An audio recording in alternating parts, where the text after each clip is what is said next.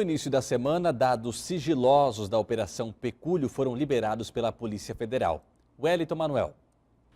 O Tribunal Regional Federal, que tem sede em Porto Alegre, pediu por meio do desembargador Márcio Antônio da Rocha a quebra do sigilo de alguns dados investigados na Operação Pecúlio. A operação investiga um suposto esquema de corrupção e fraude em licitações públicas na Prefeitura de Foz e é coordenado pela Polícia Federal, Receita Federal, Controladoria Geral da União e Ministério Público Federal. Na decisão, o desembargador diz que, nesse contexto, a publicidade da investigação é direito concedido a todo cidadão como ferramenta de controle da administração, servindo o mesmo inquérito como uma oportunidade de esclarecimento dos fatos por parte do administrador. A publicidade dos atos processuais nesse contexto é garantia de mão dupla, servindo tanto ao acusado como à sociedade. A defesa do prefeito Reni Pereira não concordou com a liberação dos dados e lançou nota pedindo que o tribunal tomasse medidas a fim de preservar a imagem do investigado que sabidamente se dedica à atividade político-partidária e podendo ser irreparavelmente prejudicado pela publicidade das investigações. Mas nem todos os dados foram divulgados. Interceptações telefônicas, bem como sigilos fiscais e bancários, continuam em segredo.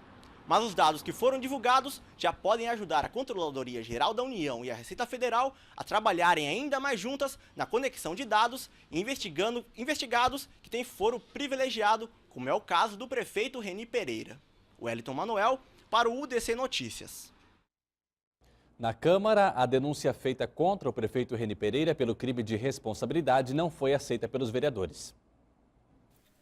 Na última sessão da Câmara, 7 vereadores votaram contra a aceitação da denúncia contra o prefeito Reni Pereira por um suposto crime de responsabilidade, quando o prefeito autorizou a instalação das parcerias público-privadas na saúde.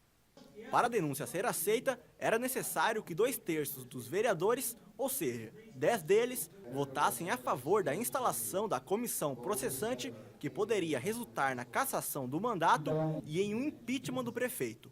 Mas apenas 8 vereadores votaram a favor da denúncia, que foi então arquivada. São eles: Nilton Bobato, do PCdoB, Luiz Queiroga, do DEM, Anice Gazaui, do PTN, Gessane da Silva, do PP, Fernando Duso, do PT, Paulo César Queiroz, o Coquinho, do Solidariedade, Paulo Rocha, do PMDB e Darcy DRM, do PTN. Pelo arquivamento do processo, votaram os vereadores Beni Rodrigues, do PSB, Hermógenes de Oliveira, do PSC, Dilton Vitorassi, do PV, Marino Garcia, do PEN, Rudney de Moura, também do PEN, Edílio Dallagnol, do PSC e Zé Carlos, do PMN. Para os vereadores favoráveis à denúncia, existem fortes indícios que a concorrência pública que iria instalar as PPPs tramitava sem instrução legal e sem estudos técnicos próprios que comprovariam a qualidade e os benefícios dessa implantação. A implantação das PPPs, inclusive, já foi cancelada no mês passado pela Justiça Federal. E é justamente esse o motivo que os vereadores contrários à denúncia deram. Já que o processo das PPPs foi cancelado, não há motivo para montar uma comissão processante. A deputada estadual e primeira-dama de Foz do Iguaçu, Cláudia Pereira, também é investigada na Operação Pecúlio. O jornal A Gazeta do Iguaçu divulgou dados do Tribunal Regional Federal, onde o nome da deputada aparece com um suposto envolvimento em atividades ilegais com um grupo de empresas e agentes políticos em atividades ilícitas que tinham por objetivo desviar verbas públicas.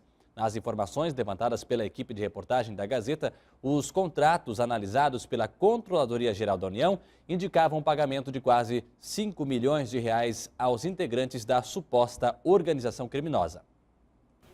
Segundo a Polícia Federal, empresas já marcadas venciam as licitações públicas em obras ligadas ao PAC, financiadas com recursos federais. As investigações apontam ainda que Cláudia mantinha contato e possivelmente interesse com Rodrigo Becker e Nilton Beckers. Ambos foram presos pela Operação Pecúlio. Segundo o jornal, existe também a possibilidade de Cláudia Pereira ter nomeado Micael Sensato para o cargo de chefe do Instituto Ambiental do Paraná de Foz do Iguaçu, para facilitar a liberação de licenças ambientais para obras municipais. Tendo reunido todas essas provas, a Polícia Federal pediu a prisão temporária do prefeito Reni Pereira e a condução coercitiva de Cláudia Pereira.